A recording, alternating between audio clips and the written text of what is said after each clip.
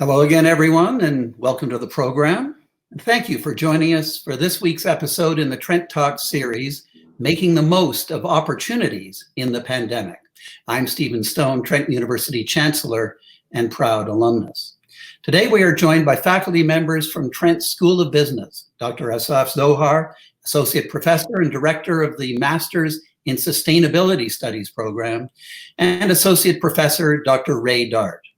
They'll be answering your questions about business recovery and turning crisis moments of the COVID-19 pandemic into new business opportunities. Professor Zohar's areas of expertise include sustainability and strategic management, the management of change and emergent order and organization theory. And Professor Dart's current research interests include digital startups in the nonprofit sector and effectiveness and strategy in nonprofit organizations' community development. But before we begin our discussion today, we would like to first respectfully acknowledge that Trent University is located on the treaty and traditional territory of the Mississauga Anishinaabe. We offer our gratitude to the First Peoples for their care for and teachings about our earth and our relations.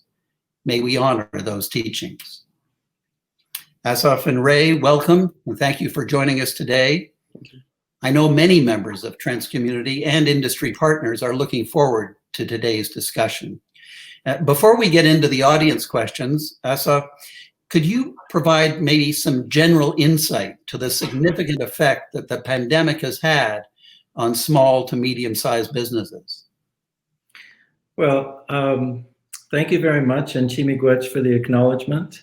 It's a pleasure to be here today. As I'll probably elaborate during our talk today, this is not just a tremor, this is an earthquake. And the COVID-19 pandemic has really shaken a lot of how we do business and how we will do business for a long time. Well, and Ray, the title of this week's talk is an intriguing one, as it may not be typical to associate a pandemic with opportunities, more perhaps with earthquakes. Could you maybe speak to us a little bit about what this means and what opportunities may exist in a business context? Well, first, I certainly don't want to downplay the tragedies and difficulties of the pandemic and think only about the opportunities. But from an opportunity perspective, I think for organizations, this has become businesses and organizations. It's become really, really quite interesting. The opportunity comes, and in entrepreneurship, we always think about it in this context is there are openings and opportunities when things become destabilized, when things become open, and when things become changed. And this is really an unprecedented level, like an earthquake, of things being shaken and open up. And openness and fluidity are times when we can bring in some significant change. Thank you both. You brought awareness and context to the wide range of challenges businesses are facing right now. And let's move right away into our audience submitted questions. And maybe Asaf, you first. Sure. COVID-19 has forced huge changes in how we do business, shifting to online sales, curbside pickups, modifying or expanding or contracting customer bases. But we know many firms are struggling, even those that were able to pivot somewhat already in response to the pandemic. But now that most of Ontario is moving into phase 2 of reopening, are our small businesses breathing a sigh of relief, or is this too little too late? Has the pandemic permanently changed how we do business? I think that's a great question, and it's one that every small business owner lives through in the day, dreams at night. Quite often, I'm afraid that those dreams probably are scary ones. The short answer is, has this changed how we do business? And I am completely convinced that yes. And I'd like to welcome us all to the new, which right now I talked about earthquake, but it's like basically staying afloat and alive in whitewater rapids. The huge external shifts that businesses are facing is this movement from global to local, from urban to rural. And the third emerging trend that I see that I think is a huge opportunity is moving from concern to action about social issues, to businesses being much more proactive in taking a stand on social justice issues. So those are the three areas where I think this is going to change the nature of business irreversibly. I'd like to just chime in there too, if I could. I think in terms of is this too late or has it changed? I think the really important thing is that we are still in the middle of flux. The one thing that business analysts, we often look for predictions and trends. I think that kind of desire is really out the window right now. In terms of what's next, we just don't know. And when you don't know in an organization, any kind of organization, and I think about our university like that, remaining flexible, not overcommitting to any course of action, and keeping eyes peeled and connections open really are the things that are the order in this kind of situation. Well, and Ray, continuing with you, there are some 170,000, and we think that's a large number, 170,000 registered charities and nonprofit organizations in Canada. So the question is, will the nonprofit sector see mergers or shutdowns of organizations due to the pandemic? And do you have any predictions on the scope of this, and more broadly on the current and future effect of the pandemic on these organizations? Well, I mean, there is so much going on in the charities and nonprofits world right now, and exciting, interesting, and some real difficulties. It's been really interesting to me how different the effect with nonprofits and charities, including things like the university, has been compared to the business sector. The business sector was impacted very, very immediately. And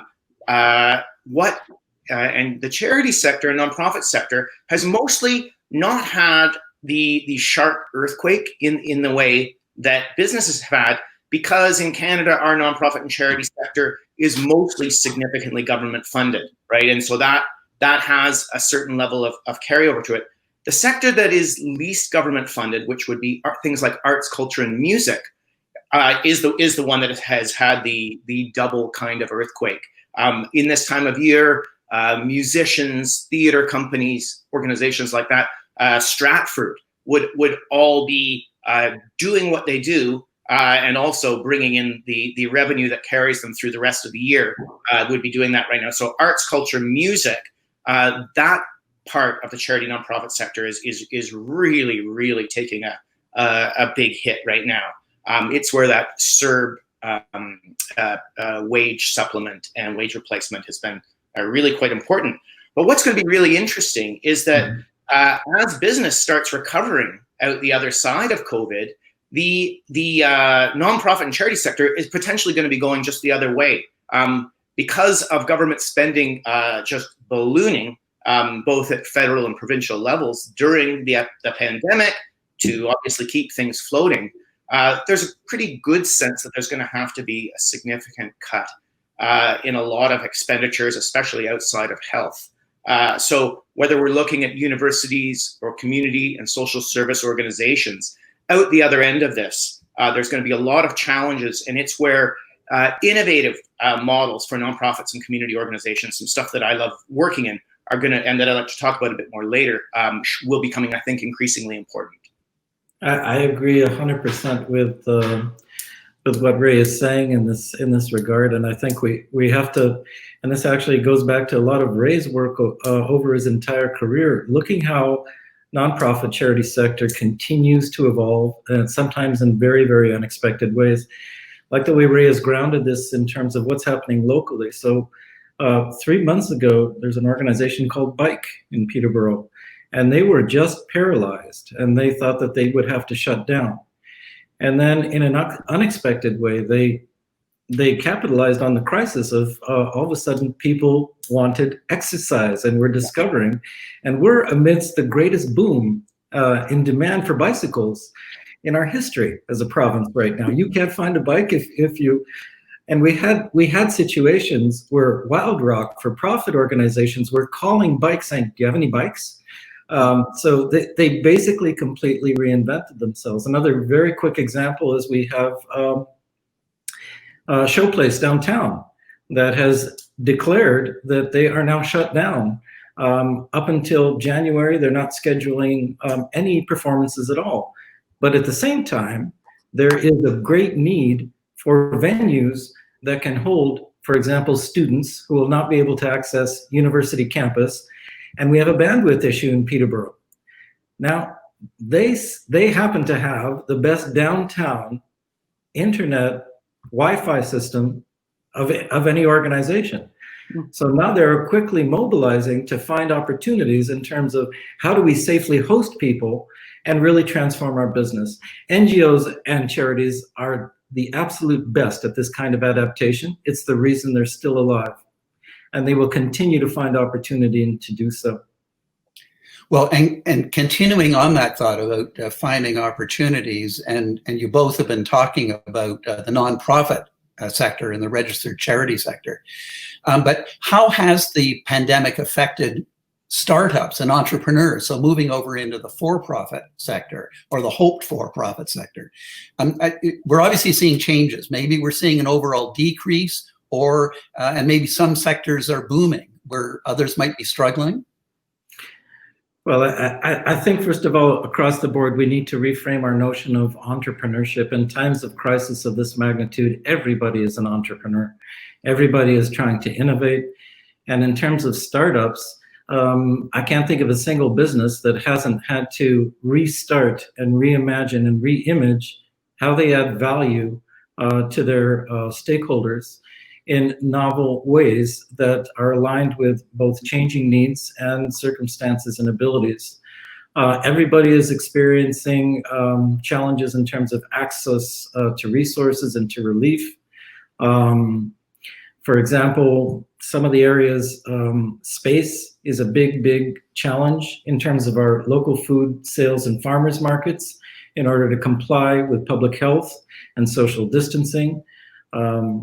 Another area that has had a major challenge is in the whole area of tourism that is such a central pillar to economic activities. So how to get relief for existing operators and new ideas has been an ongoing challenge as they're trying to negotiate changing rules and regulations or rules as they come up in terms of public health restrictions. Everybody is looking for childcare and innovative ways through which to get childcare to happen so they can actually get to work. Folks with children are having extreme challenges with that. Fortunately, again, regionally, we have huge champions. Compass Childcare, for example, goes around actually globally, giving their best practice in terms of innovative approaches to childcare. So we're well resourced with people looking for creative new ways to restart childcare in new and innovative ways, whether it be smaller units, local units, but again, trying to negotiate compliance with emerging regulations. Another area that's facing huge challenge is issues of restaurants. And again, when change comes, all sorts of things need to happen. So restaurants want to open patios. So that runs up against municipal regulations and rules in terms of how to do that. So the entrepreneurs are struggling to negotiate a very unfamiliar and uncertain and unprescribed terrain where we're trying to make up rules as we go in terms of meeting these challenges. And entrepreneurs will find opportunities within those gaps of uncertainty. When we think about entrepreneurship and startups, I like to think about the very profound business or organizational research that was in that amazing Terry Gilliam film called Brazil. I don't know if the rest of you saw that, but where people are trying to get things done when things on a day-to-day basis are completely changing. And, in that they were going from imperial back to metric and back to imperial, running a starting business right now with both the changing COVID landscape, the changing legal and regulatory landscape, the pivots almost on a daily basis really demand a kind of sanguine humor, I think, a flexibility, and then just a bit of kind of manic creativity. Asaf and I have a former grad student who is dealing with COVID through a new pop-up business enterprise, and pop-ups are a really great way with a relatively low commitment to start up when things are really uncertain, because you reduce your investment a lot. That is a bakery in Peterborough, and this bakery is building a great model called Grateful Bread, and is based on the entrepreneurial startup, but that's really built into the community. Is working in collaboration with an existing local business, Kit Coffee downtown, so that Kit Coffee, some of its excess capacity and excess time, Grateful Bread works through. It's a low-cost, flexible, fluid way of dealing with that, and then using things like social media to connect with the community. So it allows for daily, weekly, whether the pivot is because of health regulations or because of the changing landscape in the downtown, also because of our former grad students' learning about great sourdough baking along the way. And I'd say for any watchers, if you want to taste what I think are the best New York bagels that I've ever had, and they are in Peterborough now, and look that up online here, and it is a Trent alum to support. That sounds fantastic. Yeah. My mouth is watering. Yeah. Ray, carrying on, and it's really what you've been talking about, but maybe we can generalize a bit. We've been talking about making the most of opportunities in the pandemic. Do you have any guidance for small businesses in all sectors, how they can make the most in these challenging times? Well, one thing that we have seen with the pandemic, and this comes as, especially during the lockdown part, but it's continued on huge trends that were going on before, and that is online e-commerce. So as the Amazons of the world just completely take over, really, the large mass market segments of things, we've got to look at, for entrepreneurial enterprises, community enterprises, what are the things that they can do better? And then in the context of the pandemic, even more so.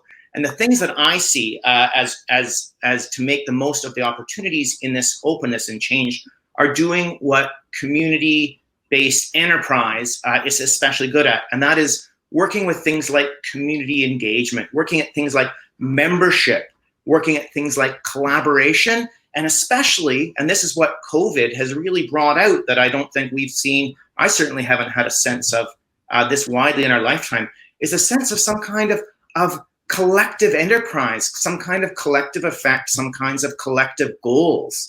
And those are things that are really quite new. They are things that build meaning in community, are the things that I think small entrepreneurial enterprises are best at, and certainly are most able to respond to quickly. So for me, the entrepreneurial enterprises trying to find opportunities in this is really about their connection with communities. They're building into larger sets of purpose, and we've seen some fabulous examples in Peterborough. Their ability to see other players in the area, whether other entrepreneurial and small businesses or nonprofits and governments, as collaborators, primarily to produce broader benefits for our wider community. And I think those things just really align and knit together. And there's a lot of great examples. Absolutely. I want to build on what Ray has said here and circle back to those three trends, because in my estimate, Peterborough Kawartha as a region and as a city are in the exact sweet spot of these mega trends that we're looking at. If we're looking at the movement from global to local. If we're looking at especially the current generation, looking more with an interest from urban to rural settings, and the rising concern and increasing role of businesses in promoting what Ray used the term social enterprise. These are enterprises that are basically created in order to address social challenges and to find opportunities through addressing those challenges. Those three areas, I think, play into Peterborough's wheelhouse perfectly. So it's a time for folks to really remind themselves, why are we in business? What is the difference that we're trying to make? And to find within that context of those mega trends, increased focus on local, increased desire to lead rural lifestyles, connectivity, direct connectivity to community in a sense of belonging, in a sense of trust and togetherness with community. And finally, the issue of concern of social justice issues. It's almost tailor-made as an opportunity for Peterborough Kawarthas to rise above and really take in and nurture an influx of folks that are looking for alternatives, and to really embed and take businesses that, Ray, you're talking about Amazon. I know that among many of our students, they've been looking at how those mega companies do business, and quite often questions arise in terms of how well they're treating their employees, how safely are they doing business, and are actively looking for local business to fill that gap in terms of their spending and in terms of where they take their business. Well, and this leads into our final audience submitted question. And I think just building on exactly what you've been talking about, maybe shifting our focus to the longer term impacts of COVID. So the question is, what can we anticipate in both how we do business and how we hire and how we look for jobs in the months and years to come? I think that that is really a very, very critical question going forward. And the first thing that I think we need to keep in mind, it's almost natural for us to think the comparisons to the Great Recession. Everybody is thinking, this I got from a colleague of mine, Craig Bernetti, who is a virologist. And he says people just need to understand this is not about V's. It's not about a big downturn. It's about a series of W's over time. And that over time can be over years. So how do we negotiate startup, shutdown over time? And how do we negotiate the changing patchwork of rules and guidelines through our different tiers of governance, be that the city, the county, the province, and the federal levels? So, is it safe to open now? How do we, when we hit the next W in terms of the next wave of this pandemic, how do we quickly close down and then orient ourselves to opening up? The other issue is just, again, building on Ray has said, it's so important to be aligned with your stakeholders, to be aligned with your clients. What do they need? Offer them what they want most. And almost universally, it's the same thing. They want to trust your service and your product. They want to feel safe engaging in your service and product. And they want you to be honest. They want you to share all the dangerous stuff. They want you to share all the stuff you're doing in order to minimize that danger. So trust, safety, and honesty, those are all the dangerous things that you can't afford not to get right, because the consequences are huge. We as a sector and university are dealing with that in terms of the return of our students, initially to a virtual campus, and then hopefully followed by that to a real in-person studies.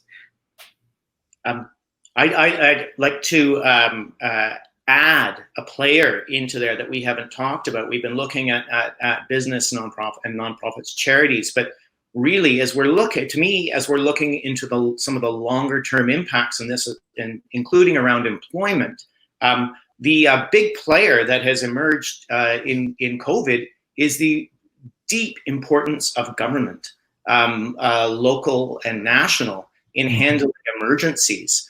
And there's a lot of discussion now as we go out of this. We were seeing in terms of employment what we've called the gig economy, which Stephen has been, a part of film and video and stuff like that really forever, very flexible and fluid. But if we keep doing that W, as you were just describing, Asaf, that becomes a lot less of a crisis when our government is involved in particular ways. The CERB unemployment funding, the emergency funding here, has really, in Canada and now analogs in other countries, saved our bacon, really. There's so much discussion right now about the need for something like a universal basic income floor to allow people to be flexible through the kinds of W-shaped things that are to follow here. So part of it, I think, of thinking about the longer term impacts, how this will affect the employment, I think about our new students and our alumni coming out and things like that, is looking at the way that if we are saying we need to be flexible and adaptable and handling change, we also need fabric underneath us so that things don't fall apart when things, need to stop, need to pivot, need to change. And this is where I think we've seen some really important roles for government as a big, important player that we had not been really thinking about for a long time. I think we've been used to thinking about government sitting back in a much more secondary or tertiary role. I think we're going to see its importance in relationship to employment really coming up a lot. You think about the state of California, which just before the pandemic declared gig workers in things like Uber to be actual employees, right? And being actual employees while adding cost to things like Uber, allow for some kind of employment stability for the people working within them. Those kind of discussions, I think, are going to be really big as this comes out. I love that you're both talking about, trust, safety, and honesty, and then, as good Canadians, talking about peace, order, and good government. Yeah. Leading to the final question, because those all seem like really positive takeaways. And are there positive takeaways, other positive takeaways and lessons we can take forward from COVID-19? And Ray, maybe you go first. To me, the most positive takeaway I think about is really quite broad, and that is that we as individuals, as businesses and organizations, as societies, and even as a big geopolitical planet, we can actually handle doing things differently. I think before this, the thought of significant change was you just can't happen, and then it does happen. A lot of the discussion right now about coming out of COVID is that COVID is maybe a significant sized hill, but we've got a large mountain in terms of climate change and the climate emergency to come up. Before COVID, I think the thought was we can't climb that mountain. And now it's like, well, if there's a mountain there, we climb it. We just climb it, and we can do that. Well, and Asaf, the last word with you. Any hopeful messages? I think that there's lots of hopeful messages, and I think the bottom line that we need to understand here is that people are seeking to rediscover the human connection as a result of this crisis. They want that sense of community. And our talk today is about enterprise, it's about nonprofits. The fundamental question is, how can your business help them do that? How can your business make a difference and further that sense of human connection through your ties, through the goods, services that you provide for the community? The other thing I think we need to keep in mind is that in any kind of enterprise, we're wanting to meet needs and satisfy needs. There's an important role in business here to help people make sense of these changing needs in terms of what is possible and what is doable in this new emerging world. So be proactive in helping, not only to help them articulate, to understand, be in conversation to help them make sense of those needs and meet them. And the final thing, and Ray has really highlighted this in his earlier remarks about organizations that take care of their people. Employees, regardless of sector, your human capital, what we call it, is always your number one asset. If you take care of that, you're taking care of your business. And especially in small communities, people know exactly which organizations are taking care of their people. They know the organizations where top executives took 30% off salary, where they suspended, where they offered people paid leave. They know exactly, and they will be coming to your doorstep with business to acknowledge and with a request for services and goods, knowing they can trust you and knowing that you're taking a leadership role in building that sense of revitalized community. Thank you, both of you. And we're coming to the end of this week's episode. And thank you, everyone at home, for joining us today.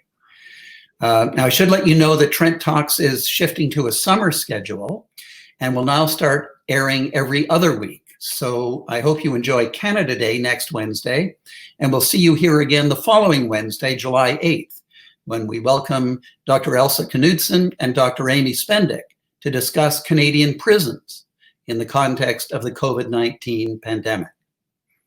In the meantime, we do want to hear your thoughts about today's conversation, as well as your questions for our next episode. And as always, you can continue the learning and the unlearning and the discussion on social using the hashtag Trent Talks. Until our next episode, stay safe, and please always remember, you are not alone. Goodbye for now.